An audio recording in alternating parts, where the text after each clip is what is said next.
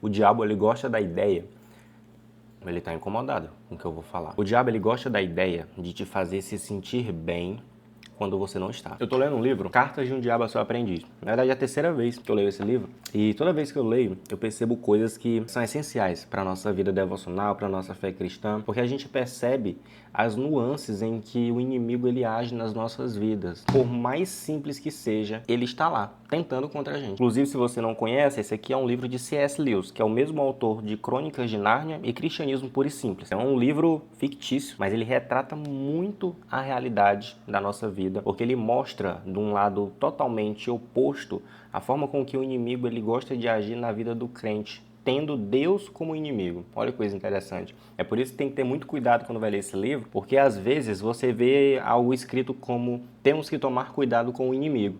E na verdade quem está falando isso é o diabo, ele está se referindo a Deus. Interessante, sabe? Mas enfim, eu estou aqui na carta de número 4, e aqui ele vai falar sobre os cuidados que o seu aprendiz, né, o seu diabinho, ele tem que ter com o crente, né, no sentido de oração.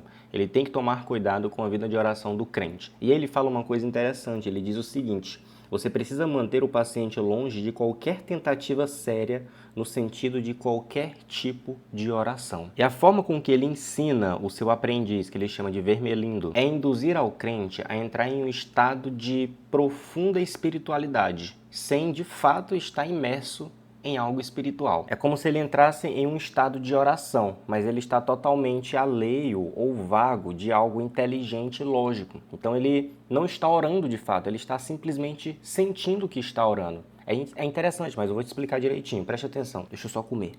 Nessa carta ele fala a respeito de um autor, mas ele fala de um momento de oração que esse homem tinha. Ele dizia o seguinte: eu não gosto de orar mexendo os lábios e pondo-se de joelhos, mas simplesmente preparo o meu espírito para amar e me entrego a uma atitude de súplica. E aí você pode olhar para essa frase e pensar, bom, tá certo, né?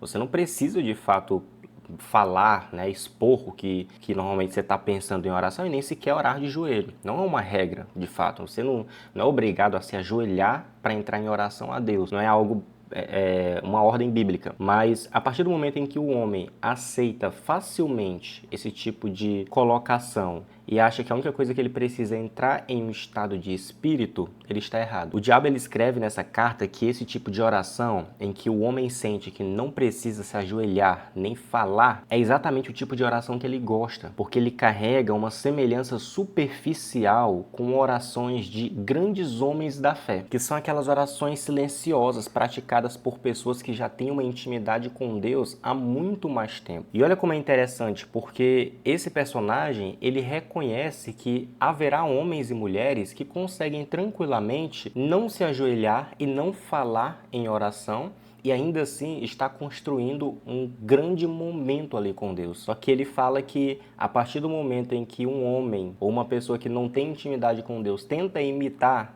esse comportamento, fugindo da responsabilidade que ele tem de se ajoelhar, de entrar no momento devocional mais sério, de organizar uma rotina para falar com Deus e evita até mesmo expor em palavras aquilo que ele está sentindo, ele está se enganando. E aqui não é um sentido religioso de impor como você deve orar, mas é um cuidado que nós devemos ter, porque quantos de nós não caímos nesse mesmo erro de sentir que estamos no momento devocional com Deus, mas fazemos nossas orações de maneira preguiçosa? Marcamos um horário devocional com o Senhor, normalmente na parte da manhã, na parte da noite, e nem sequer se damos o hábito de cruzar as mãos, de se colocar de joelhos, de abrir a Bíblia. E em nossos pensamentos nós falamos com Deus, e não é errado você fazer isso. Mas se você pode fazer melhor, por que você não faz? Significa que você está oferecendo algo pequeno para Deus. Você não está oferecendo tudo que você pode dar para Ele. Então você basicamente está se enganando com um vago sentimento de que está fazendo uma coisa boa. Vou comer mais. E um tipo de oração não exclui a outra. A Bíblia vai falar dois tipos de oração, basicamente, que é aquela oração secreta, em que você entra para o seu quarto, fecha a tua porta, fala com Deus em secreto. Então a gente está falando de um preparo devocional, e isso foi o próprio Jesus que ordenou que você fizesse, que você tivesse um momento separado para Deus, para que você falasse, orasse e tivesse aquele momento de intimidade, construísse intimidade com Ele. E existe outro tipo de oração que Paulo escreve aos Tessalonicenses: orai sem cessar, orai em todo o tempo.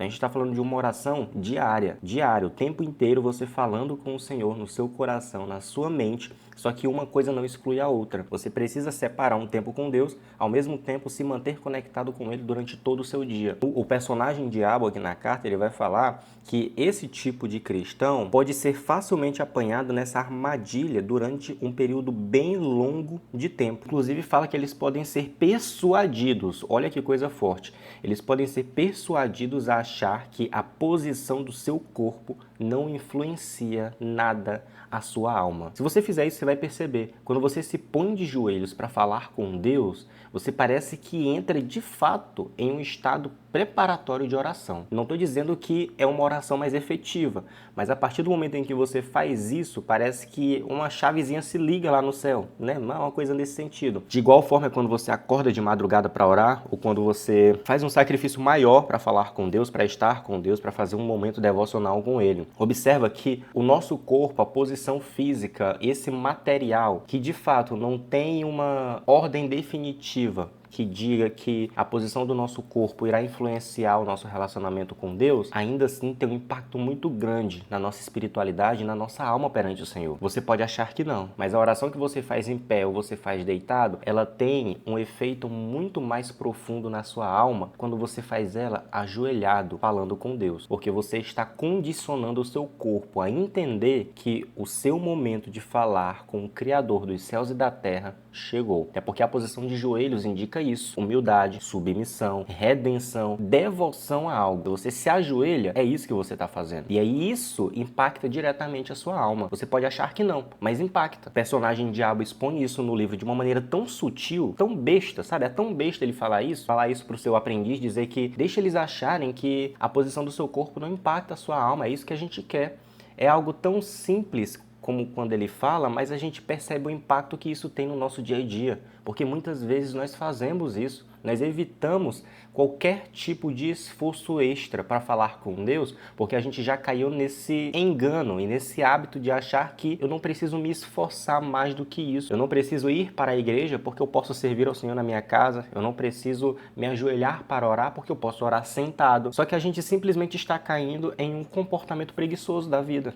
É simples. O próprio diabo vai falar, o personagem diabo vai falar que é muito engraçado a forma com que nós, cristãos, dizemos a todo instante que ele está enfiando coisas nas nossas cabeças. Você já ouviu alguém falar isso? Que isso aí é coisa do diabo, o diabo está plantando isso na sua mente, no seu coração.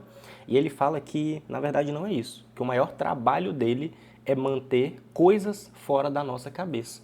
Evitar ideias entrarem na nossa cabeça e se manter ali na nossa cabeça, na nossa mente e pensamento, somente aquilo que já está lá. E isso é algo extremamente perigoso, porque ele está fazendo totalmente o contrário daquilo que Deus faz na nossa santificação. O que é que Deus faz conosco? Quando Deus nos salva, a primeira coisa que Ele vai fazer é uma limpeza espiritual. É limpar o nosso corpo de dentro para fora, é transformar os nossos pensamentos, é mudar os nossos hábitos, é condicionar as nossas emoções à vontade dele. É fazer com que o que eu sinto, o que eu penso, o que eu falo, seja transformado completamente, moldado pela sua palavra. Enquanto o diabo, ele simplesmente quer que a gente se mantenha como estamos. Enquanto Deus quer de fato colocar coisas na nossa cabeça, mudar a nossa cabeça, mudar os nossos sentimentos e pensamentos, o diabo quer que nada mude. Então olha que coisa interessante de se pensar e ao mesmo tempo perigosa para a nossa vida diária como cristão, porque muitas vezes nós tentamos fugir diariamente daquilo que o diabo tenta contra a gente, tenta fazer com a gente, plantar na nossa cabeça,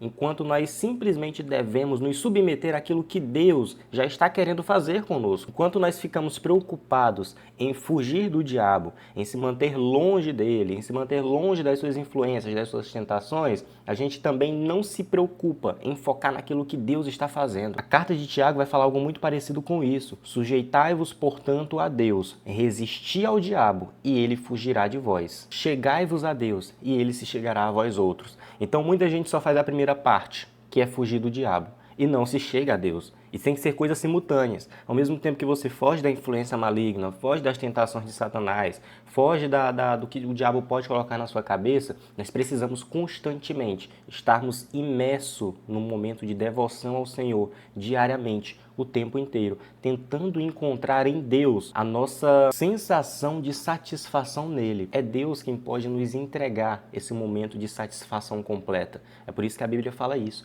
Chegai-vos a Deus, ele se chegará a vós. Um outro cuidado que nós devemos ter é de parar de desviar a atenção para nós mesmos, para os nossos sentimentos. Lembra que eu falei no começo do vídeo que o diabo gosta de fazer com que a gente se sinta bem? É justamente disso que ele gosta que a gente faça, de desviar a atenção para a gente mesmo. Inclusive, isso é uma segunda tentativa que ele faz quando ele falha com a nossa vida de oração. Se a nossa vida de oração, ela de fato está sendo intencional para com o Senhor, e quando eu falo de ser intencional, estou falando de ser intencional fisicamente e espiritualmente, e ele falha nisso, ele pensa que pode enganar a gente, transformando a nossa atenção em nós, ou seja, tirando a nossa atenção das coisas de Deus e colocando em nós praticando as coisas para Deus. E isso é uma linha muito tênue, muito parecida, mas não é. Basicamente ele vai falar algo nesse sentido: mantenham-os ocupados, tá? E não se esqueça, isso é o diabo escrevendo para o seu aprendiz, o diabinho. Mantenham os cristãos ocupados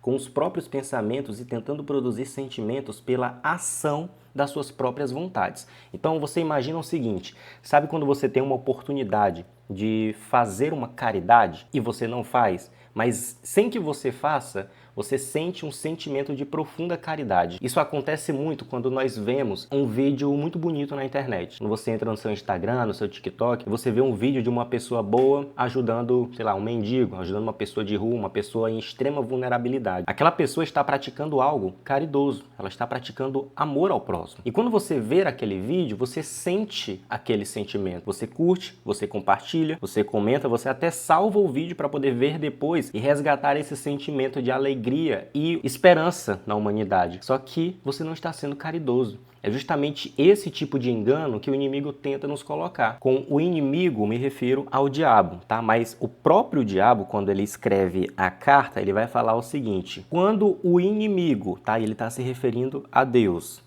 produzir neles a intenção de fazer um ato de caridade, ou seja, quando Deus colocar no nosso coração aquela intenção de ajudar o próximo, de doar algo, de ser caridoso, o diabo tentará fazer uma coisa parecida em nós. Preste atenção, que é produzir sentimentos caridosos, mas sem que a gente note que somos nós mesmos que estamos fazendo isso. Então olha que coisa absurda, é bizarro isso aqui é bizarro. Enquanto nós estamos ali naquele momento de exercer caridade, exercer amor ao próximo, e Deus está nos moldando e nos fazendo, nos levando àquilo, o diabo tenta produzir em nós algo parecido, que é o sentimento de já estar fazendo, satisfeito com o ato de sentir a vontade de fazer caridade. É loucura isso aqui, tá? Eu leio esse livro, eu me sinto...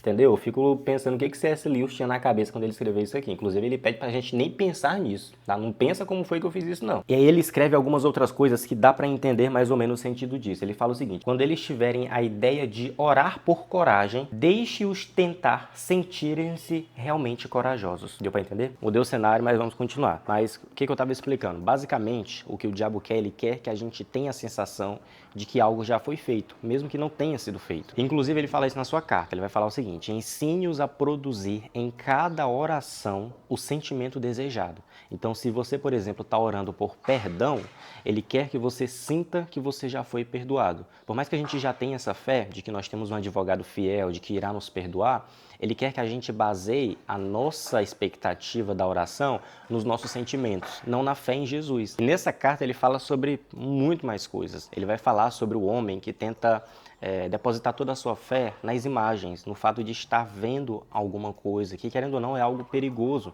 para a vida cristã, quando você tenta deduzir a sua fé a partir de estar imaginando Cristo de alguma forma. Enfim, eu poderia falar muito mais a respeito dessa carta que foi escrita, né? Até porque a gente não está falando só de uma carta, a gente está falando de mais de 30 cartas, tá? São no total 31 cartas que o diabo escreve ao seu aprendiz. É por isso que o nome do livro é Cartas de um Diabo a seu Aprendiz. Eu não vou falar mais a respeito dela, eu quero que você leia, inclusive eu vou deixar o link desse livro aqui na descrição desse vídeo, você pode dar uma conferida, pode comprar com desconto também, você pode escolher onde você vai comprar, mas é um tipo de livro que você deveria ler, todo mundo deveria ler e ter essa experiência real do que é produzir algo mais verdadeiro em nós com base no que Deus espera da gente.